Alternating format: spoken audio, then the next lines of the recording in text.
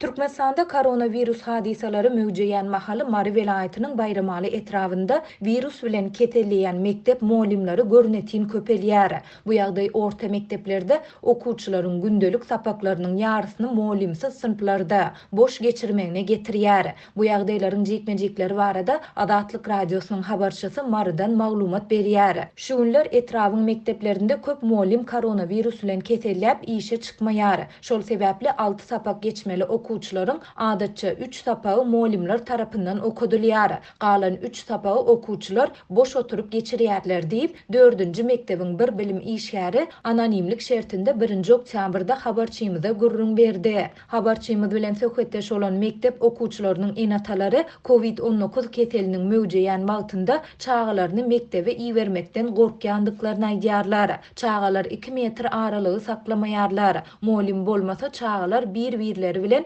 ýakyn aralykda jem bolup oturýarlar. Bu olaryň bir-birine virus ýokuşdurmak ähtimallygyny güýçlendirýär. Galy bersede çağalar bir-biri bilen uruşsa-da olaryň halyndan habar almany molim ýok diýip efirde atlandyrylmasynlygyny soran Bayramaly enatalaryň biri 1-nji oktýabrda habarçymyza beren maglumatynda aýtdy. Onuň sözlerine görä enatalaryň ençemesi okuwçylaryň molimler bilen geçýän sapaklary gutarandan soňra olary destini öýlerine goýbermegi haýyş edip mektep ýolbaşçylaryna ýüzlenýärler. Ýöne mektep ýolbaşçylary enatalaryň bu haýyşyny reddedýärler. Olar munyň sebäplerini mekteplerde molimlaryň ýokdugyny bildirmän okuw güni tamamlanýança okuwçylaryň sınıflarda oturmaldygy barada özlerine ýörite görkezmäniň berilendigi bilen düşündirýärler. Türkmen häkimetleri global pandemiýanyň başyndan bäri ýurtda koronavirusyň ýeke ýagdaýynyň da hasaba alınandygyny boyun almaýarlar. Şeýlelikde ýurtda koronavirus bilen keselleýänleriň we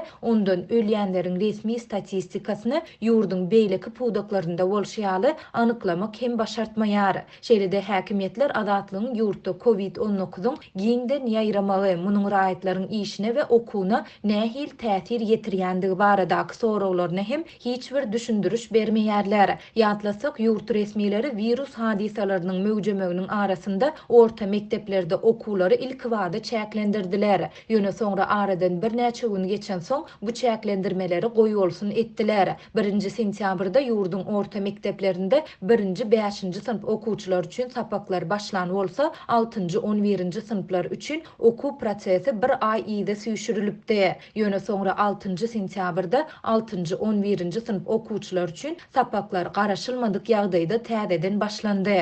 Bu habarlaryň arasynda paýtagtyň käbir mekteplerinde bilim işgärleriniň şol sanda mektep molimleriniň koronavirusdan ýoğulandygy barada adatlyga maglumatlar hem gelip gowuşdy. Adatlygyň aşawatda habarçylarynyň maglumatlaryna görä 1-nji sentýabrda Pushkin adyndaky Rus türkmen mektebiniň müdiri Yelena Sistsova, 7-nji sentýabrda molim Tatyana Yaravenka koronavirusdan aradan çykdy.